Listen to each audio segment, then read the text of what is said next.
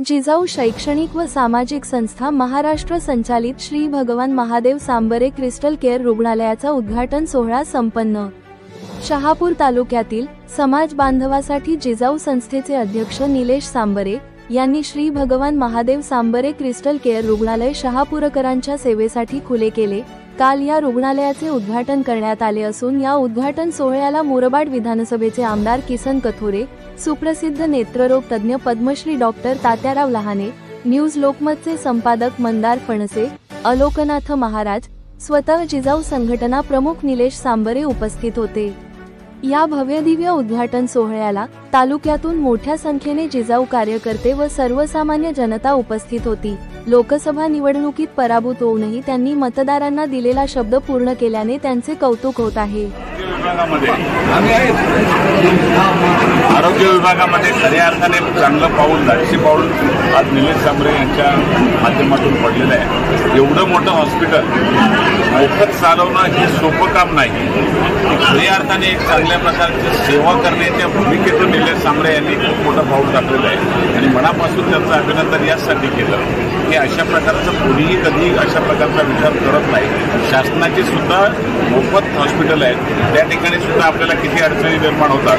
एवढं मोठं हॉस्पिटल सगळ्या प्रकारच्या शस्त्रक्रिया इथं केल्या जातील आणि त्याचा फायदा हा केवळ शहापूरला नाही तर पूर्ण पालघर आणि ठाणे जिल्ह्यामधल्या सगळ्या सर्वसामान्य जनतेला होईल असं मनापासून त्यांना भागातील जनता तिन्ही विधानसभेमध्ये मुरबाड राहू दे, शहापूर राहू दे, भिवंडी ग्रामीणमध्ये त्यामध्ये मला लीड मिळालेला आहे।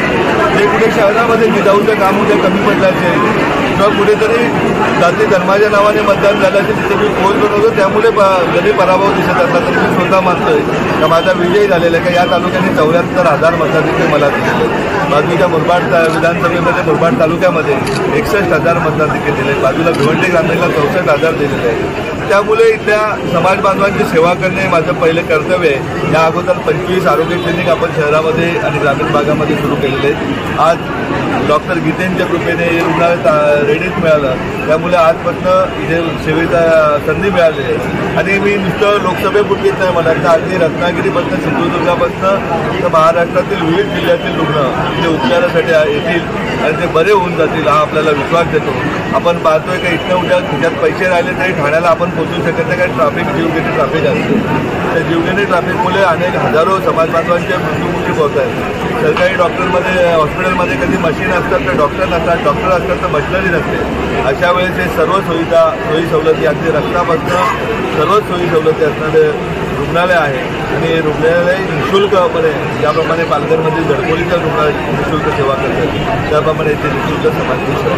नव्या पर्वाची नवी सुरुवात झाली आहे, स्थानिकांना जनतेला काय आव्हान आहे? जनतेला आव्हान तेच आहे की येताना लिहिलेलं आहे का या अगोदर आपण 70 वर्षात काय केलं माहिती नाही, परंतु यानंतर निवडणुकीला पैशाची अपेक्षा धरून आज पैसे निवडणुकीपुरती मिळतात परंतु जीव कायमचा जात असतो, त्या उपचाराची व्यवस्था जिजाऊने केलेली आहे। मुलांच्या चांगल्या शिक्षणाची व्यवस्था केली की शिकून मुलं चांगल्या अधिकारी बनतील अशा प्रकारची व्यवस्था जिजाऊने केलेली आहे की ज्याच्या 8 CBSE शाळा आहेत, या तालुक्यामध्ये आणखीन 2 CBSE शाळा वर्षभरात पूर्ण होतील।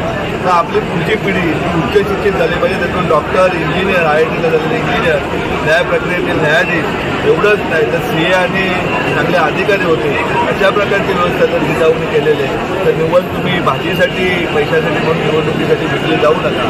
बाबासाहेबांनी सांगितलं जोपर्यंत आपण विकले जाल तोपर्यंत या देशामध्ये कधीही लोकशाही आहे असं मानणार नाही। तरी लोकशाही जर आपल्याला आणायची आहे तर आपण बघताय आमची निवडणूक राहू दे किंवा आताची विधानसभा निवडणूक राहू दे, तर जर चांगलं काम केलं तर समाज बरोबर असतो। समाजानेही तुमच्या फायद्यासाठी विकलं न जाता कायमस्वरूपी जर शिक्षण चांगल्या आपला जीव वेळीच वाचवतो त्या आरोग्य व्यवस्थेच्या पाठीमागे उभं राहतो।